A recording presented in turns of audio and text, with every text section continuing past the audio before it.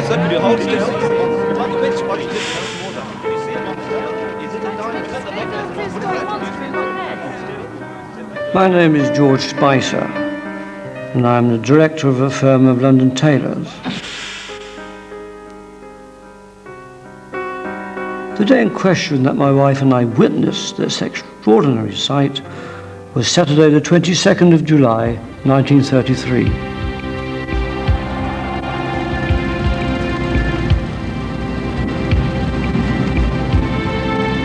We had been touring Scotland and were returning from Inverness, driving down a little road that runs beside the loch.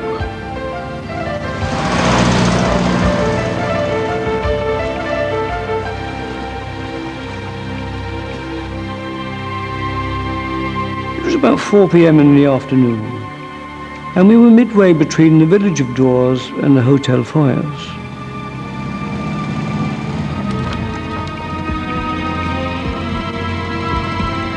Suddenly, my wife exclaimed, "What on earth is that?" I was looking ahead, and as she spoke, I saw the most extraordinary form of an animal crossing the road. It was horrible, an abomination. About 50 yards ahead, we saw an undulating sort of neck, and quickly followed by a large, ponderous body. I estimated the length to be 25 to 30 feet. Its colour was dark elephant grey.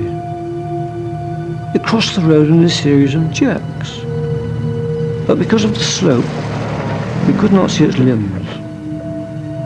Although I accelerated quickly towards it, it had disappeared into the loch by the time I reached the spot. There was no sign of it in the water. I am a temperate man, but I am willing to take any oath that we saw this Loch Ness beast. I am certain that this creature was of a prehistoric species.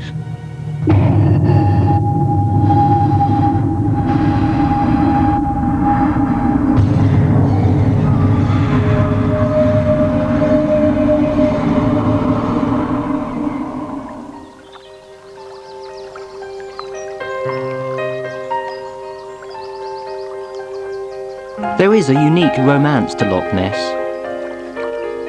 This vast, deep and murky body of water. It's a place that can play tricks with the light and games with the weather. A place that can dramatically change its mood. But most of all, it's a place where people have seen some very odd things. It was just there, just in that very spot there. It was 3 black humps. They were wet because they were shiny. Rotating, submerging and surfacing. It was really scaly and tough, like a crocodile's skin. There's something out there. What it is, I don't know, and I'd like to have it explained. And that's my quest, to deliver some answers, which I'm sure I can do. Not by actively pursuing any monster, but by making a frank examination to balance the romance with the biology of this fabulous legend. Since the time of St. Columba, in the 6th century, there have been accounts of weird and mysterious creatures in and around the loch. In 1868, the Inverness Courier significantly reported, "A few days ago, a large fish came ashore on the banks of Loch Ness. Neither the name nor the species of the strange visitor could be satisfactorily explained." So the famous sighting by Mr. and Mrs. Spicer was not the first time people have witnessed unusual goings-on. But it was the first time that the monster was described as a long-necked prehistoric creature. And this certainly captured the media's attention.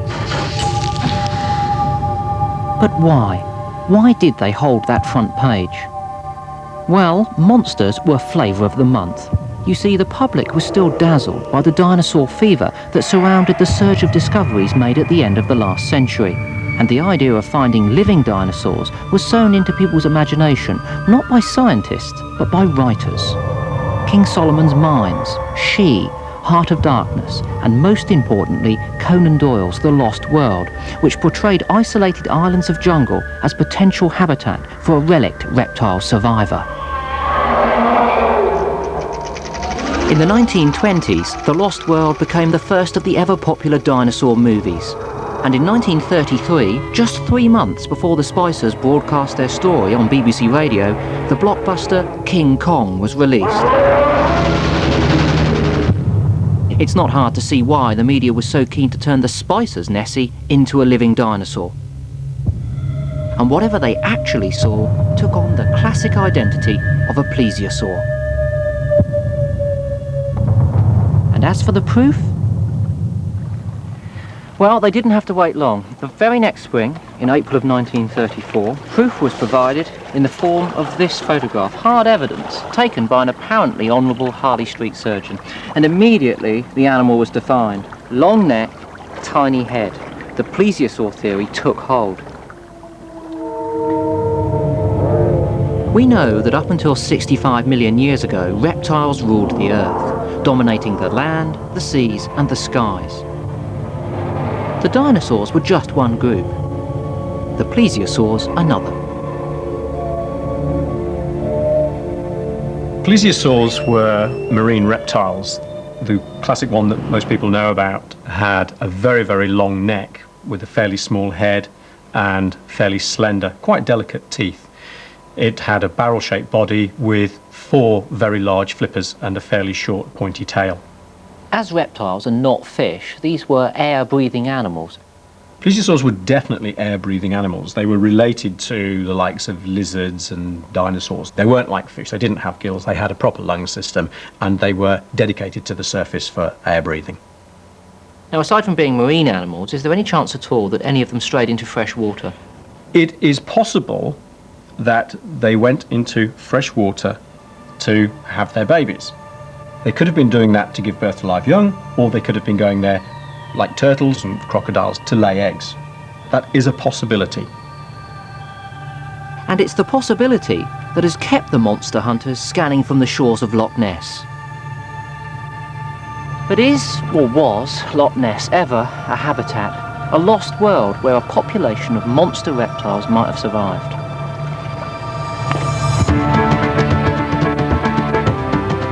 Well, imagination is one thing, biological feasibility is probably quite another. So could there be an unknown species of giant reptile anywhere in the world? And could there really be a Loch Ness monster?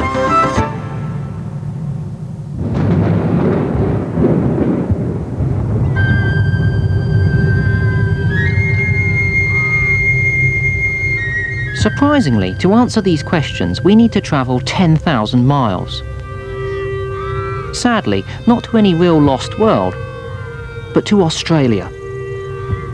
You see, in a way, this is our most recent Jurassic Park.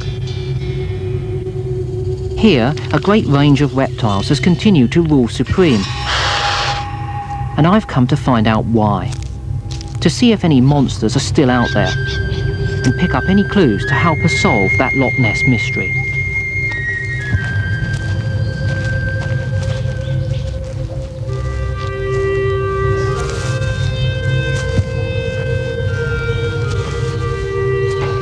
In the UK, we'd expect squirrels and foxes, or dogs and cats to root through the trash or raid the picnic basket. But not here. No, in Australia, mammals are left waiting in the wings, whilst reptiles like these monitor lizards take centre stage. Attacking our tree. Oh, he comes another way. Oh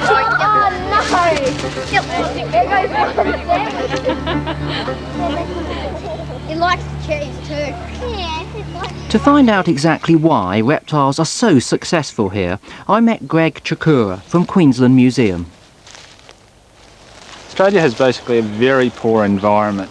A lot of our habitats and ecosystems here are very low in nutrients, and what that means is for the reptiles there's not the massive competition with mammals and birds that you find in other continents.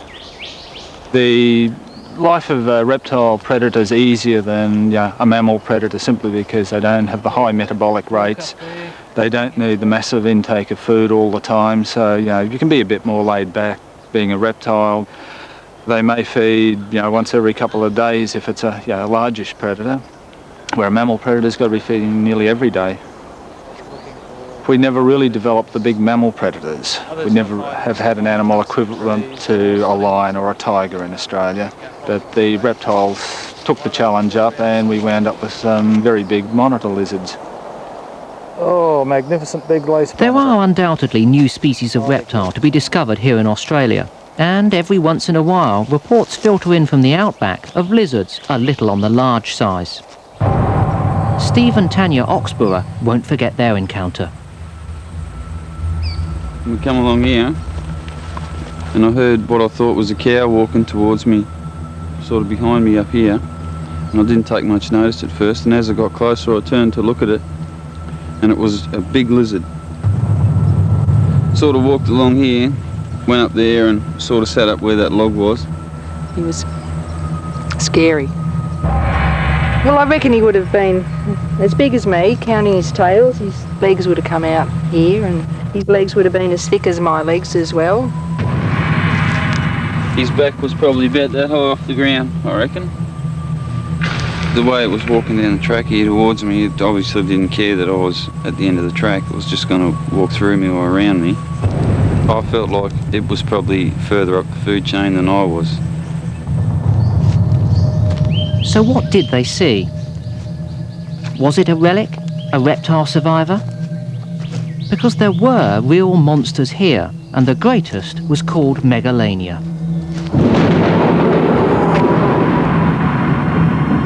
It's massive, a truly formidable reptile, and it was living here just a few thousand years ago, which, relatively speaking, in evolutionary terms, was just yesterday.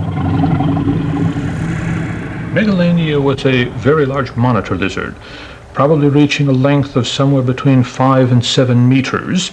You can see the vertebrae of Megalania and vertebra of a large Australian monitor. So you can see it's substantially larger than any of the ones living today in Australia. What about the world it lived in? What would it have shared it with? I mean, were humans included? Well, human beings apparently entered Australia about 40,000 years ago, and Megalania and the other large Australian animals are thought to have become extinct about 20 to 18,000 years ago. So Megalania would have been sharing Australia, so to speak, with humans for about 20,000 years. It's much more recent than things like dinosaurs, which became extinct 65 million years ago. $1 million question. Could it still exist in modern Australia? It could, but I wouldn't wager any money on it. I don't think that it does. And I think that because Megalania probably lived in areas that were open grassland areas, prairie areas, and all of these have been converted to agriculture nowadays in Australia. So one would expect that there would be a lot more reports of Megalania than there have been, that you would find recent carcasses, recent bones, that sort of thing. And we haven't.